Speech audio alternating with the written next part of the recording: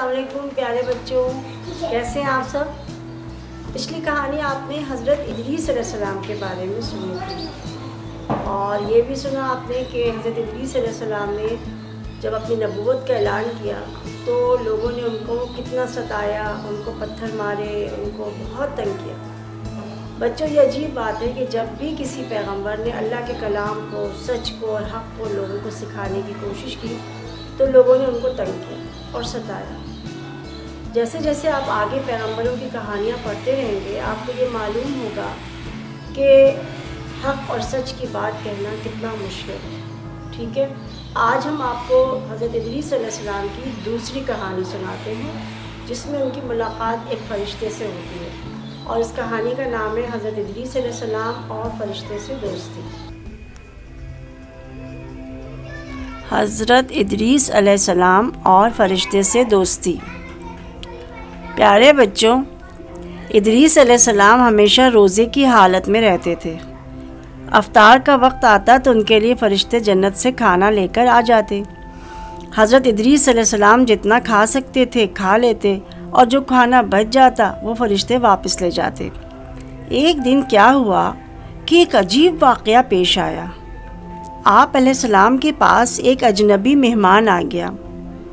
مہمان کے آنے سے آپ بہت خوش ہوئے، اور روز کی طرح شام کو افطاری آئی۔ حضرت ادریس علیہ السلام نے سارا کھانا مہمان کے سامنے رکھ دیا، مگر عجیب بات یہ تھی کہ مہمان نے کھانے کو ہاتھ تک نہ لگایا۔ بچوں، پہلے زمانے میں جو شخص کھانے میں شریک نہ ہوتا تھا اسے دشمن سمجھا جاتا تھا، اور کھانا نہ کھانا جھگڑا شروع کرنے کا اعلان ہوتا تھا۔ مگر آپ خاموش رہے، مہمان بھی چپ رہا۔ اگلے دن آپ نے مہمان سے کہا، صحرا میں چل کر میرے ساتھ اللہ تعالیٰ کی قدرت دیکھو۔ وہ ساتھ ہو لیا۔ وہ دونوں گندم کے ایک کھیت کے قریب پہنچے تو مہمان نے کہا، چلو اس کھیت سے چند خوشے توڑ کر کھاتے ہیں۔ آپ نے حیرت سے کہا، عجیب بات ہے، رات کو حلال کھانا نہ کھایا، اب چوری کر کے کھانا چاہتے ہو؟ مہمان کچھ نہ بولا۔ دونوں پھر چلنے لگے۔ چلتے چلتے ایک باغ میں پہنچ گئے۔ وہاں انگور لگے ہوئے تھے۔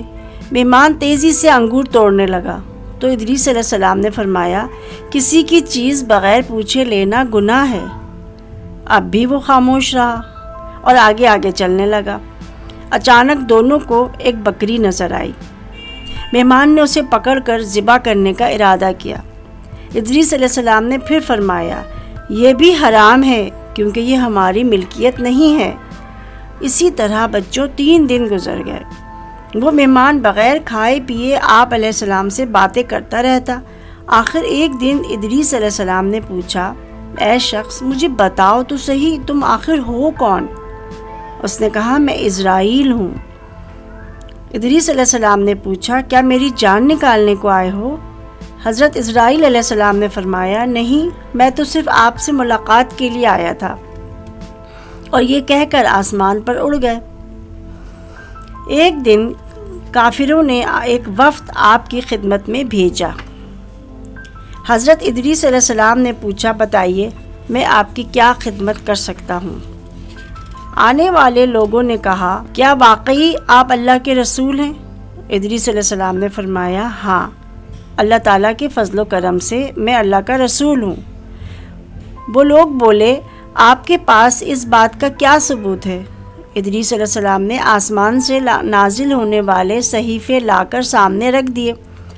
وفد نے صحیفے دیکھ کر برا سا منہ بنایا اور کہا، ہم نے انہیں نازل ہوتے ہوئے تو نہیں دیکھا، آپ ہمیں کوئی معجزہ دکھائیں تو ہم مانیں گے۔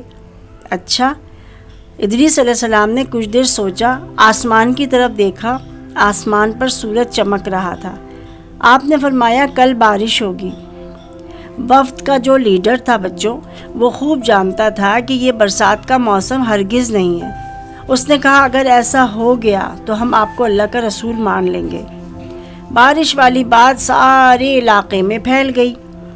اگلے روز لوگ صبح اٹھتے ہی آسمان کی طرف دیکھنے لگے، مگر وہاں تو سورج روز کی طرح پوری آب و تاب کے ساتھ چمک رہا تھا اور خوب گرمی ہو رہی تھی۔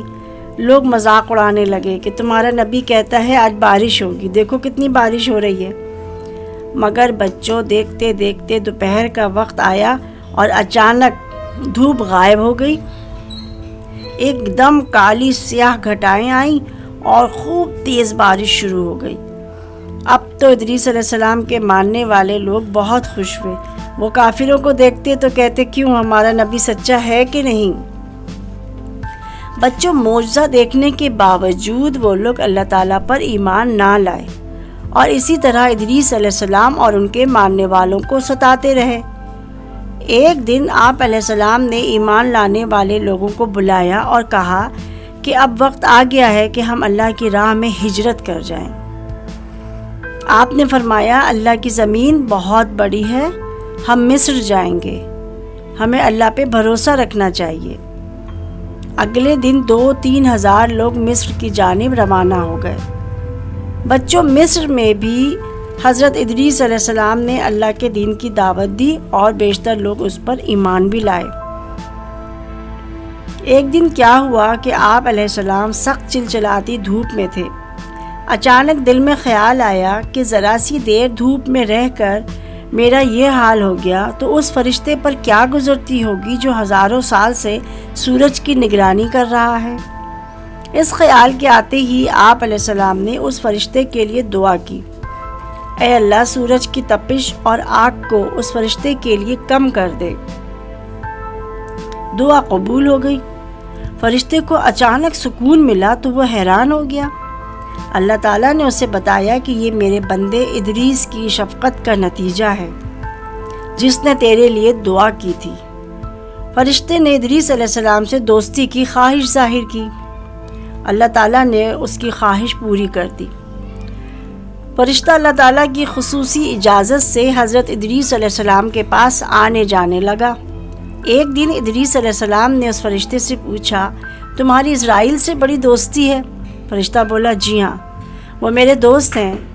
آپ نے فرمایا، کیا تم میرے لیے ان سے ایک درخواست کر سکتے ہو؟ جی ہاں ضرور، فرمائیے کیا حکم ہے؟ فرشتے نے ادب سے کہا۔ ادریس علیہ السلام نے فرمایا، ان سے کہو کہ وہ میری روح قبض کرنے میں دیر کر دیں تاکہ میں مزید عبادت کر لوں اور ڈھیر ساری نیکیاں کما لوں۔ فرشتے نے کہا، آپ میرے ساتھ چلیں اور خود ہی ان سے بات کر لیں۔ فرشتہ انہیں اپنے پروں پر بٹھا کر اڑتے اڑتے سورج پر پہنچ گیا اور کہا کہ آپ یہاں تشریف رکھیں، میں اسرائیل علیہ السلام کو لے کر آتا ہوں۔ فرشتے نے اسرائیل علیہ السلام کو پوری بات بتائی تو وہ کہنے لگے، اللہ تعالیٰ نے مجھے سورج کے قریب ادریس علیہ السلام کی روح قبض کرنے کا حکم دیا تھا اور میں حیران ہو رہا تھا کہ یہ بھلا کیسے ممکن ہے۔ اب وہ خود ہی یہاں تشریف لے آئے۔ اسرائیل علیہ السلام نے ان کی روح قبض کر لی۔ فرشتوں نے ادریس علیہ السلام کی نماز جنازہ پڑھی اور انہیں بیت المعمور میں دفن کر دیا۔ بچوں بیت المعمور نور کا بنا ہوا فرشتوں کا کعبہ ہے جو کہ 7ویں آسمان پر ہے اور عین خانہ کعبہ کے اوپر واقع ہے۔ اب بچوں اگلی کہانی ہم جو پڑھیں گے وہ ہے حضرت نوح علیہ السلام اور نافرمان لوگ۔ اس کہانی میں جو مشکل الفاظ آئے ہیں ان کے معنی نوٹ کر لیجئے۔ ملکیت، کسی چیز کا مالک ہونا۔ ثابت قدمی، اپنی بات پر سختی سے ڈٹ جانا، اپنے ارادے اور کام پر پکا یقین ہونا۔ غالب آنا، چھا جانا۔ باطل، کفر، غلط سوچ اور ارادہ۔ روح قبض کرنا، روح نکالنا، اللہ کے حکم سے جان نکالنا۔ قرآن مجید میں حضرت ادریس علیہ السلام کا ذکر۔